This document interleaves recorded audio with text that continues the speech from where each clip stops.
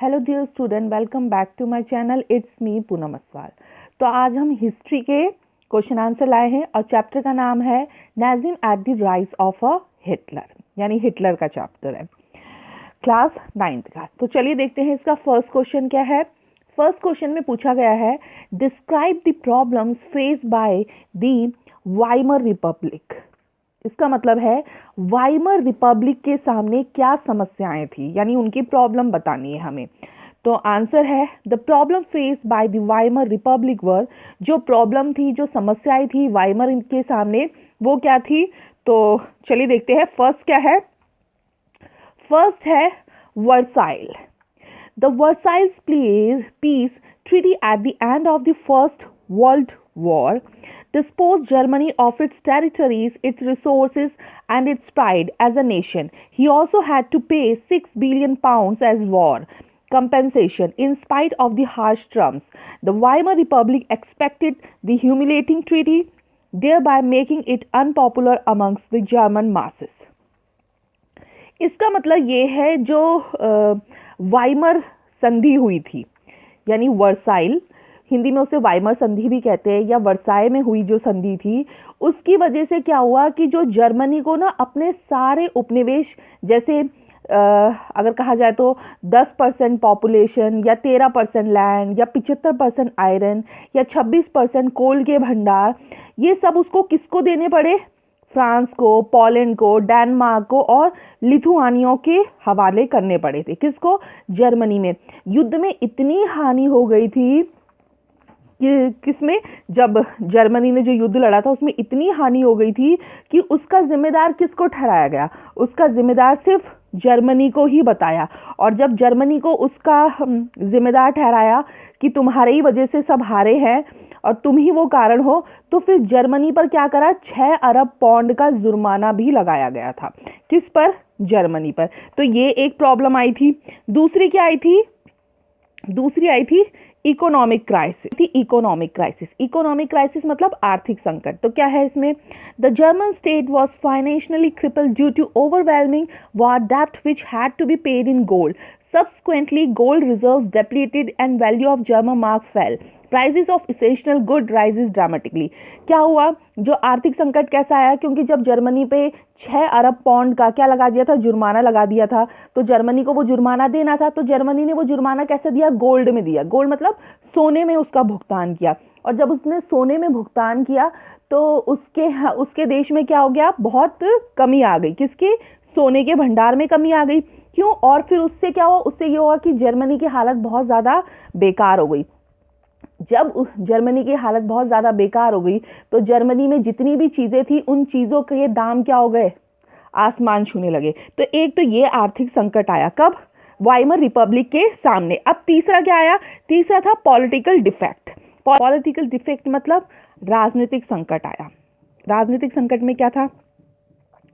The Weimar Republic was weak due to inherent constitutional irregularities such as proportional representation and Article 48. The democratic parliamentary system seemed to give the people no solution or benefit in the times of the severe economic crisis. अच्छा, अब क्या problem आई? जो राजनीतिक संकट क्या हुआ?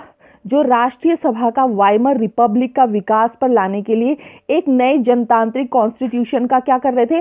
निर्माण कर रहे थे। किंतु ये अपने उद्देश्य में क्या रहा? असफल रहा, यानी सफल नहीं हो पाया। कॉन्स्टिट्यूशनल में बहुत सारी क्या थी? कमजोरियां थी, इसीलिए वो क्या नहीं हो पाया?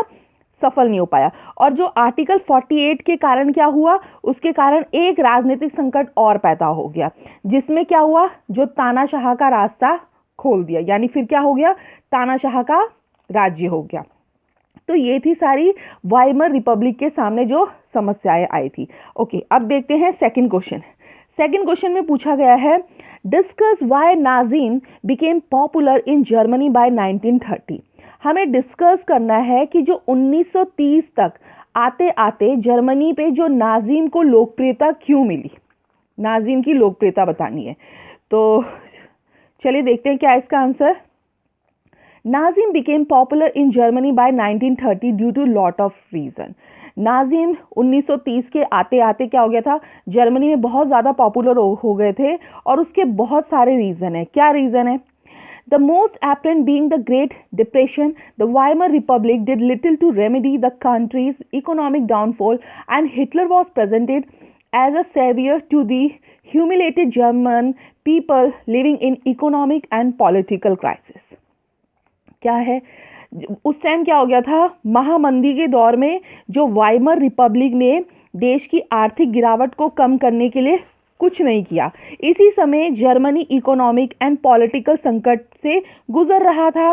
तब नाजियों ने अपने धुआंधार क्या किया, प्रचार के जरिए हिटलर को एक मसीहा के रूप में पेश किया था। किसने? जर्मनी ने। सेकंड क्या हुआ? सेकंड था the powerful speeches of Hitler in which he sought to build great nation unto the injustice of the Versailles Treaty, restore the dignity of German people and provide unemployment for all straight hopes in people. Nazis propaganda was unique.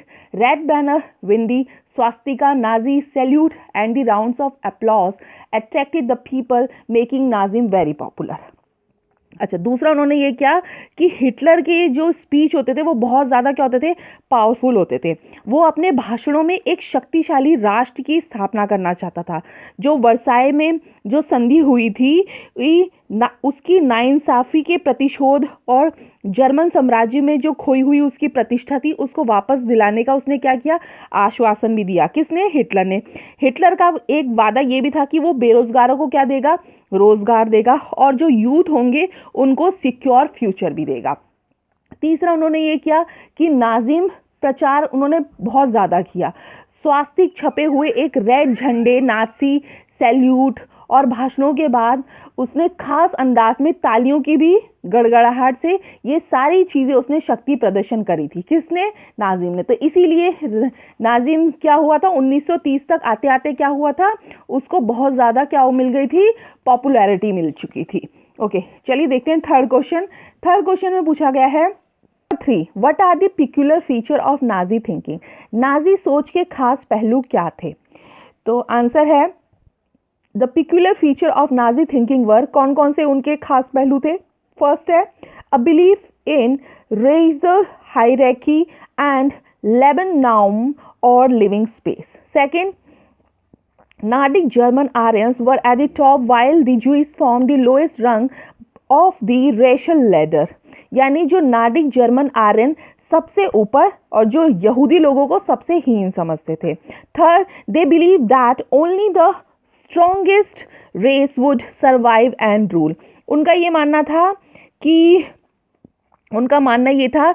जो श्रेष्ठ प्रजाति रहेगी वही क्या करेगी, वही survive भी करेगी। Fourth, new territories must be gain for the enhancing the natural resources and power of Germany. Natural resources और जर्मनी की शांति बढ़ाने के लिए न्यू टेरिटरीज को लाभ होना चाहिए। तो ये उनके खास पहलू थे। किनके? नाजी लोगों की सोच के ये खास पहलू थे। चलिए देखते हैं फोर्थ क्वेश्चन। फोर्थ क्वेश्चन में पूछा गया है explain why Nazi he propaganda was effective in creating a hatred for Jews. Nazi का प्रोपेगेंडा यहूदियों के खिलाफ नफरत पैदा करने में कितना असरदार रहा है वो बताना है। तो इसका आंसर है Nazi propaganda was effective in creating hatred for the Jews. जो नाजी का जो प्रोपेगेंडा था किसके खिलाफ? यहूदियों के खिलाफ क्या नफरत पैदा करने के लिए उसका जो असरदार कैसा था, वो कैसा था? फर्स्ट ऑप्शन है the Nazi use the language and media effectively with the great care. The racial theory put forward by the Nazi that the Jews belonged to a lower race and as such were undesirable. इसका मतलब ये है कि Nazi ने बड़ी सावधानी से भाषा यानी लैंग्वेज और मीडिया का प्रभाव ढंग से उपयोग किया। किसने? नाजी लोगों ने। नाजी द्वारा जो नस्लीय सिद्धांत को सामने रखा और यहूदियों को निचली नस्ल का उन्होंने माना और इसीलिए उन्होंने इसे कंसिडरेबल भी किया था। किसने? नाजी ने। सेकंड क्या है? सेकंड था the traditional Christian hatred for the Jews because they were accused to have killed Christ was fully exploited by the Nazis in order to make the German prejudicial against Jews. Nazi ने मध्यकाल में यहूदियों का शोषण किया था, क्योंकि परंपरागत रूप से जो ईसाई यहूदियों से क्या करते थे, घृणा करते थे। यहूदियों को यीशु का क्या कहा जाता था, हत्यारा भी माना जाता था, और उनको ज़मीन खरीदने पे भी क्या लगा दी थी उन्होंने, प्रतिबंध लगा दिया था। थर्ड क्या है, थर्ड ये है, the Nazi injected hatred against the Jews even in the minds of the children from the very beginning during the days of their schooling. The teachers who were Jews were dismissed and Jewish children were thrown out of the school. Such methods and new ideological training to the new generation of children went a long way in making the Nazis' propaganda quite effective in the creating hatred for the Jews. Propaganda films were made to create hatred for the Jews. Orthodox Jews were stereotyped and the marked. For example, one such a film was The Eternal Jew. मतलब क्या किया, Nazis ने school days से ही बच्चों के मन में क्या कर दिया, यहूदियों के खिलाफ क्या करना शुरू कर दिया, नफरत पैदा करना शुरू कर दिया, उनको सिखाना शुरू कर दिया। जो टीचर यहूदी थी उन्हें डिसमिस कर दिया गया। नई पीढ़ी को इस तरह से सिखाया गया कि वो यहूदियों के खिलाफ उनको क्या कर दिया गया, नफरत सिखा दी गई। किसको, नई पीढ़ियों के खिलाफ। ये एक पिक्चर भी बनी है, उसके ऊपर भी है। Okay, now question number 5. Explain what role women had in Nazi society. Return to chapter 1 on the French Revolution. Write a paragraph comparing and contrasting the role of women in the two periods. Nazi समाज में women की क्या भूमिका थी वो बतानी है। French revolution के बारे में जानने के लिए हमने चैप्टर 1 में देखा ही था।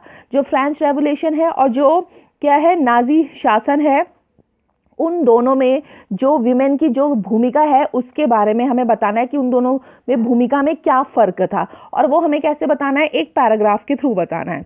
तो आंसर है, role of women in Nazi society follow the rules of largely patricial or male dominating society. Hitler hailed women as the most important citizen in his Germany, but this was true for only Aryan women who bred pure blood desirable. Aryan motherhood was the only goal they were taught to reach for a part from performing the stereotypical function of managing the household and being good wives.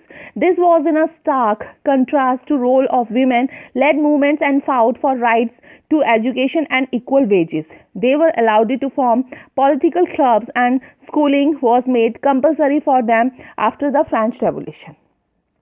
Nazi समाज में women ने क्या करी, बहुत ज़्यादा अहम भूमिका निभाई थी।